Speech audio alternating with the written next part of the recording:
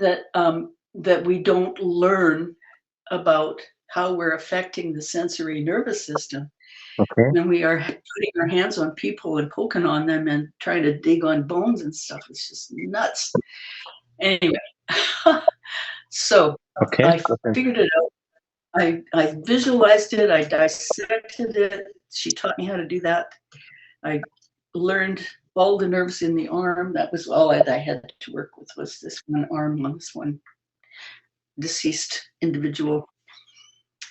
But I uncovered all the nerves, and and she showed me how to do a cut this way and then fold the skin back like that. Okay. Just fold it back, and then you could see how all these little rayi are going to the skin, and how the nerve comes out through the fascia layer, just like one place, like one nerve comes out one hole, kind of in the Okay. fascia. Okay. It's called a poneurotic ring, is what it's called. It's got a name. Anyway, so it comes out and then it travels like above the fascia, beneath the skin.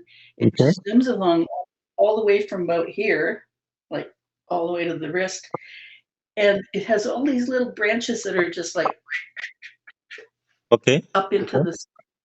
So it's like it's like twigs on a tree, right? Little Okay. twigs. Yes. And so that was exciting. And they did allow me to take photographs. It's like I took about 100 photographs Okay. from every angle. And but I understood it finally. Okay, this is what it's about. This is how the body does it. And so then after that, then I learned all the neurology that went with the nerves, like all of the endings in the skin, like the Ruffini endings and all of the little receptors and what they did and what they transduced and sent away up to the spinal cord. So that was fun. And what I came away understanding was that, okay, most manual therapy that we do in our profession is vertical. You're poking down into a person's body.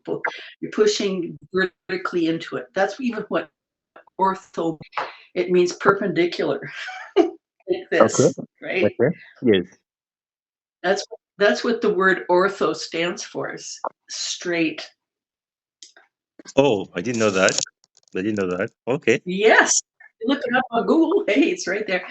Anyway, so anything that's straight up, straight up vertical to the, relative to the planet, Yes. like the way we are bipedal people Yes. walking around. It's ortho. That's what ortho means. It means perpendicular. Oh. Anyway, so that was annoying.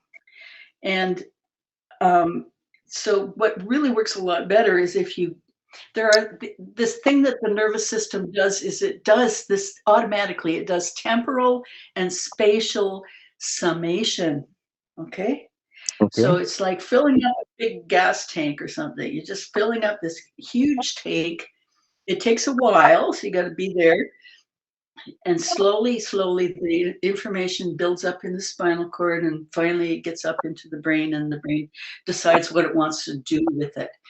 Yes. Yes. Now, if you can access all the horizontal stuff instead of the vertical stuff, you can get a lot more gas into the tank before the person who's lying on the table has any problem with it. Like, it's like, instead of, if you're doing a mobilization or something and you're being very vertical about it, that hurts. It hurts. It doesn't feel good. And then, so there's this whole spinal cord reaction called the withdrawal reflex that operates. Even if the person is lying there quietly, their muscles are not lying there quietly. Their muscles are trying to defend themselves against the input.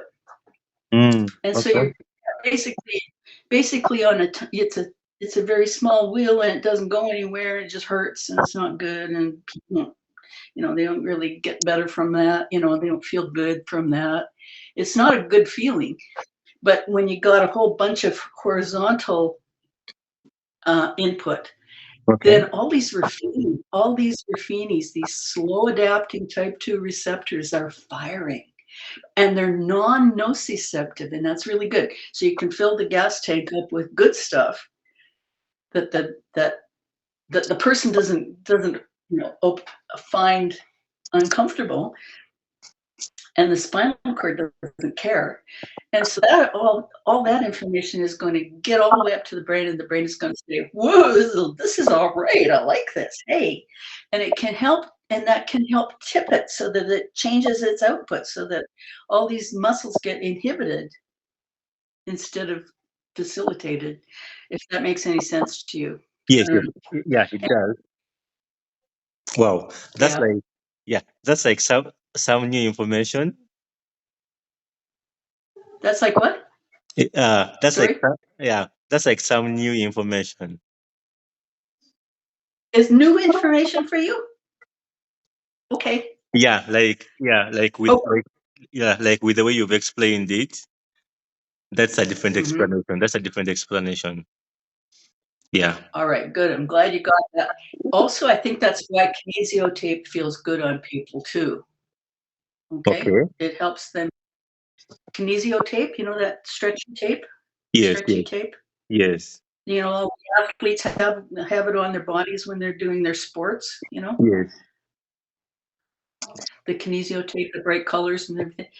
Anyway, so there's a whole bunch of work being done in physiotherapy. Well, still really low level. I mean, these things don't catch on real quick, but there are a couple of therapists anyway in the world. A guy in Japan named Ben, and a woman in the Netherlands called Esther.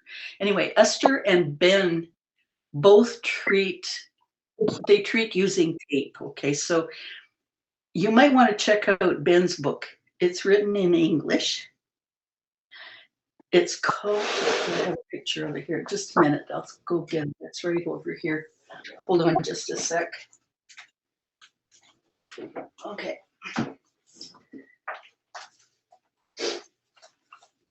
You might find this book useful. Skin tapping. Okay. Okay. Good. I In will look for that. taping, and the author is Stumo Fukuyo. Okay. Fukui. Stumo Fukui. But he calls himself Ben. Okay, Okay. so and I like this book. He sent me a copy of it because we're both into skin stuff. And oops, he even signed it. Okay. That's nice. Yeah, I met him in Winnipeg one time. Okay, and so he's worked out a bunch of different.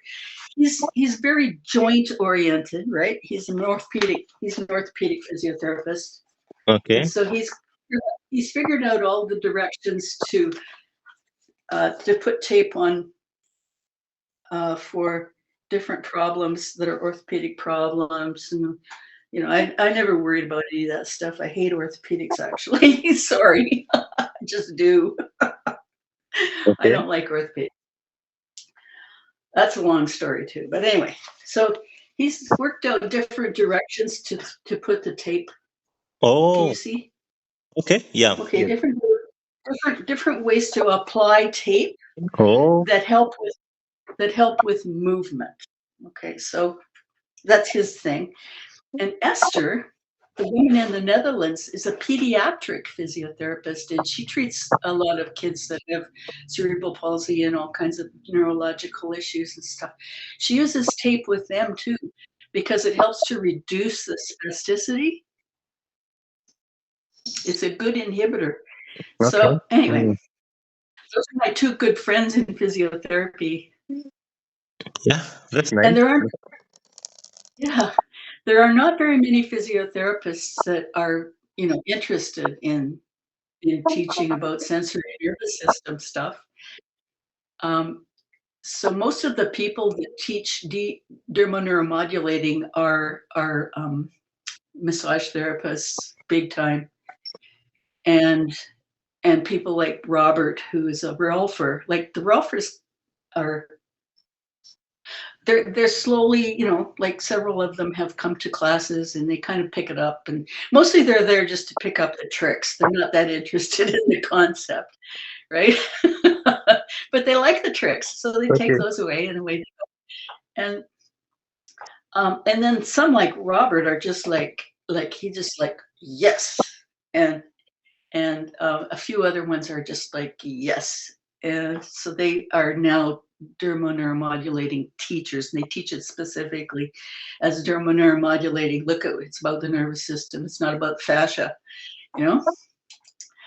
And that's the other thing is fascia is insensate. It doesn't have any opinion about anything. It's got no excitability Okay. to Yeah. it. But whereas neurons, they're highly excitable, right? So Yeah. of course you want to target neurons because that's where the business is at, right?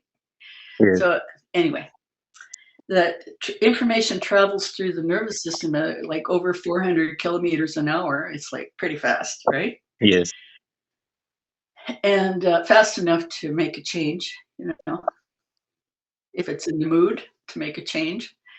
Whereas fascia doesn't care, it just sits there. It's mostly dead stuff anyway. It's mostly extracellular. It's not even alive. It's just there to hold stuff together or keep it from falling apart or whatever. But it doesn't have any. If it can't be treated. It's not receptive to anything, except for a scalpel. You Yes. can cut it with a scalpel, but you can't from the outside of the body actually do anything with it. So that's the big mistake Ida Rolf made back in the day.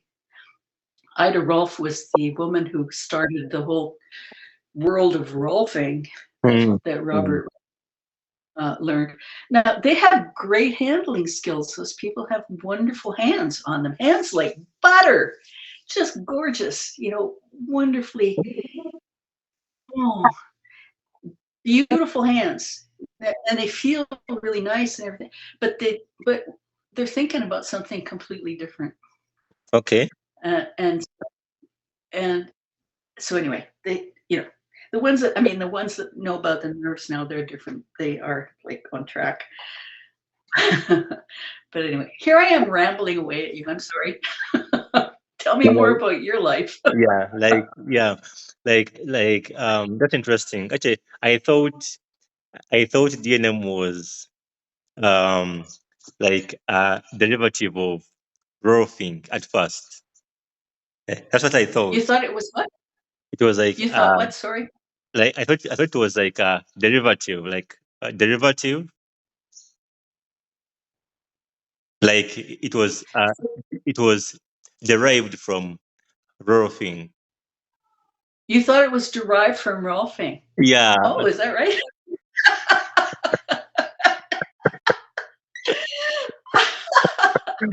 Oh, yeah. Well, some of the moves may have derived from Rolfing, but not the concept. Okay, so um, uh, manual therapy. I mean, there's only two ways to do it. When it boils down to, here's the person in front of you on the table. What are you going to do? Okay. There's two things you could do in manual therapy. You either can push in, Okay. or you can stretch out. Right? Yeah. Just pick your direction you want to take, and this thing is this pressure downward into the body isn't going to have very big footprint. It's going to have a tiny footprint, and it's going to be more likely to be nociceptive to somebody. Okay. And if you have broad flat hands and you're stretching the skin gently, it feels wonderful to the person, and it's making a huge amount more impact higher up in the nervous system, because the nervous system filters all the time. It's always filtering information and deciding what's important, but it does that at every level too. So it's hierarchical. The nervous system is definitely hierarchical, but it doesn't mean that life has to be hierarchical. Okay. Yeah. Like if you know what I mean. It's like, Yeah. yeah, let's go for the big, broad, flat kind of treatment. and give the brain all kinds of lovely input that is non-nociceptive, because all these stretch receptors are on the surface where they belong, and all the nociceptors are underneath where they're going to be protective if something tries to dig in on them. So forget about digging in on people. It's just all about being lovely to their surface, and you'll gain a lot more brain cooperation that way. Okay, that's interesting. Um, la, okay. I was writing down a few notes. Okay, that's okay. Yeah, I was. Yeah, yeah. Uh, that's interesting. That's an interesting perspective. So, when you so did you find out all these um for example, like in the book DNM, working with all these peripheral nerves. Did you do this all by yourself? Did you try to find out different ways how you can work these nerves? Oh Like, yeah, over the years, I accumulated my favorite tricks. Those are just my favorite tricks. I have tricks that I developed after I wrote the book that aren't even in the book, but I mean, those are just my different tricks that I went out and I taught. I taught to people because they wanted to learn some tricks. So I thought, okay, but that's not the only set of tricks in the world. There's all kinds of, like, you have to adapt yourself to your person that you're treating. They might have something completely unique. Also, the nerves might be hooked up differently in different people. You never know, right? And that's why it's important to be interactive with people, give them choice, always be giving them the opportunity to intervene if they don't like it, right? If they don't like how it feels, do something else. Like, move your hands away from that thing, whatever you were thinking you were doing. Just don't do that anymore. Do something else and see if that works better for them, right? You have to be adaptable. And when you are adaptable and you let them be the guide of you know, let them be in charge of their own body, and let them learn how to trust you, that you're not going to do anything that hurts them, then their whole system will let you in better. It'll let you be part of their world a little bit more. okay, Does that make sense? Does yeah, that make sense? yeah, it does. Okay. It does.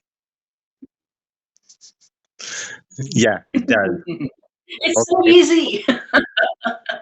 It's so easy. Yeah, yeah, yeah. That's a beauty of DNM, is that it's not complex. It's easy. Yeah. It is complex, but it's not complicated, Oh, yeah, I maybe guess. that's the word. That's the term. There's a there's a difference in those two words. Oh, yeah, sure. Complex, complex is how we are, but complicated is how we make it, and we don't have to make it that way. Sure. we can just we can just work with the complexity and forget about the complicated stuff, because it's just all blabbergabble. That's my word, blabbergabble. It's just it means a bunch of stuff that doesn't make sense. Oh, okay. So, that's the definition of complicated. Like a bunch of stuff that doesn't make sense.